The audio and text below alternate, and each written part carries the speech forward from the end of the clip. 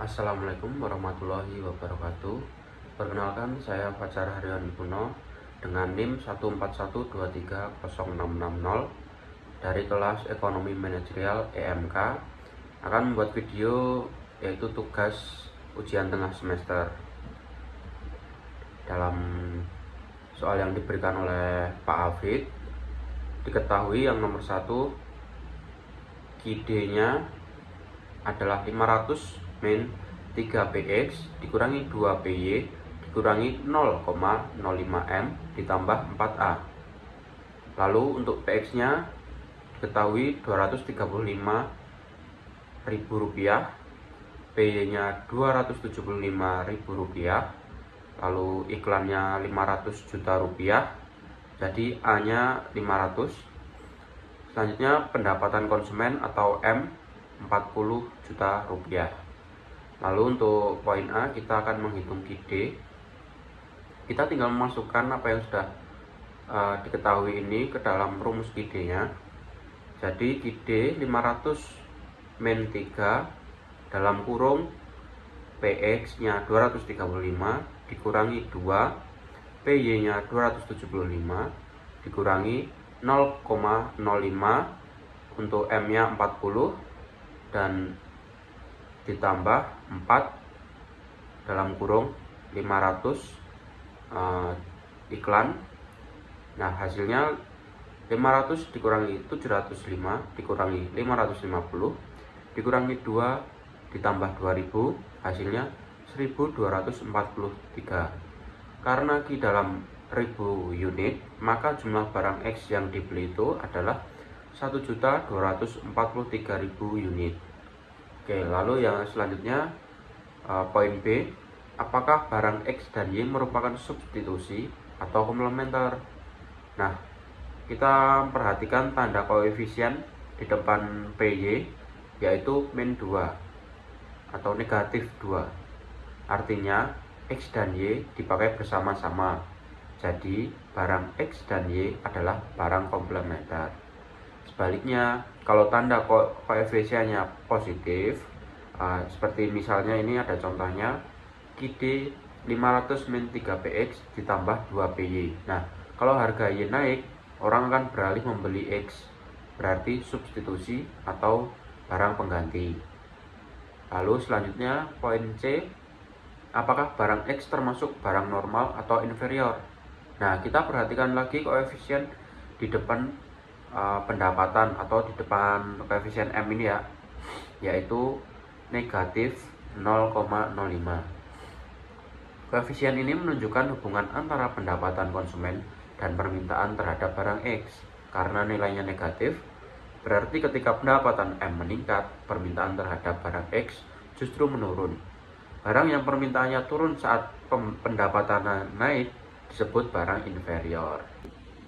Selanjutnya kita menuju nomor 2. Dalam nomor 2 ini diketahui harga awalnya 25.000 dan jumlah awalnya 200 gelas per hari. Lalu untuk harga yang baru itu Rp20.000 dan jumlah yang baru itu 250 gelas per hari. Nah, perubahan jumlahnya itu bertambah 50 gelas dan untuk perubahan harganya itu berkurang Rp5.000. Lalu untuk poin A, kita akan menghitung elastisitas harga permintaan atau elastisitas D. Rata-rata kuantitas itu 200 ditambah 250 dibagi 2 dan mendapatkan hasil 225. Lalu untuk rata-rata harganya 25.000 ditambah 20.000 dibagi 2 itu mendapatkan 22.500. Lalu kita akan menghitung delta Q persen ya, berapa persennya. Nah, untuk rumusnya itu delta Q dikurangi average Q. Nah, untuk delta Q nya atau perubahan jumlahnya itu 50 dibagi dengan rata-rata kuantitasnya tadi yaitu 225, mendapatkan hasil 0,2222 atau bisa disebut dengan 22,22%. Lalu selanjutnya kita akan mencari delta P dalam bentuk persen ya. Untuk rumusnya itu delta P dibagi dengan average P. Nah, tadi sudah diketahui untuk perubahan harganya itu berkurang 5.000.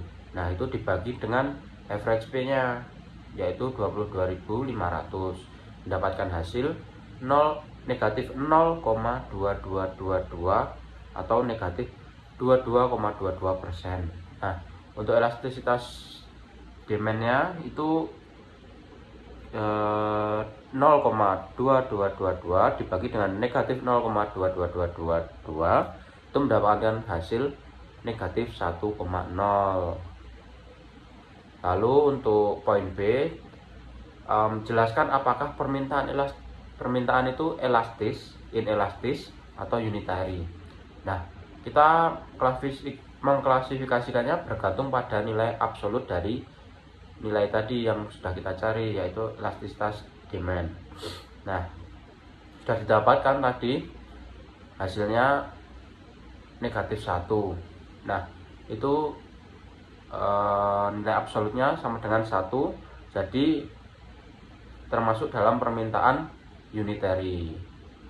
Presentase perubahan jumlah yang diminta itu sama besarnya dengan presentase perubahan harga. Lalu selanjutnya pada poin C, bagaimana dampak perubahan harga terhadap pendapatan total usaha. Dampak perubahan harga terhadap pendapatan total atau total revenue itu kita hitung ya dengan rumus P kali Q. Nah, kita cari total revenue awalnya dulu, yaitu 25.000 dikali 200, mendapatkan 5 juta per hari. Lalu untuk total revenue yang baru itu rumusnya sama, 20.000 dikali 250. Nah, itu mendapatkan 5 juta per hari. Nah, dari situ hasilnya total revenue-nya tidak berubah, tetap 5 juta per hari.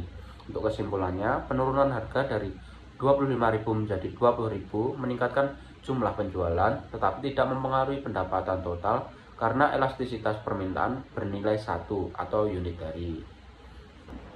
Selanjutnya nomor 3, pada soal diketahui usaha produksi mebel beroperasi selama 15 tahun dan pendapatan tahunannya itu 132 miliar rupiah, lalu EBITDA 45%, net profit marginnya 10% yang turun menjadi 8%, lalu total asetnya ada 50 miliar rupiah.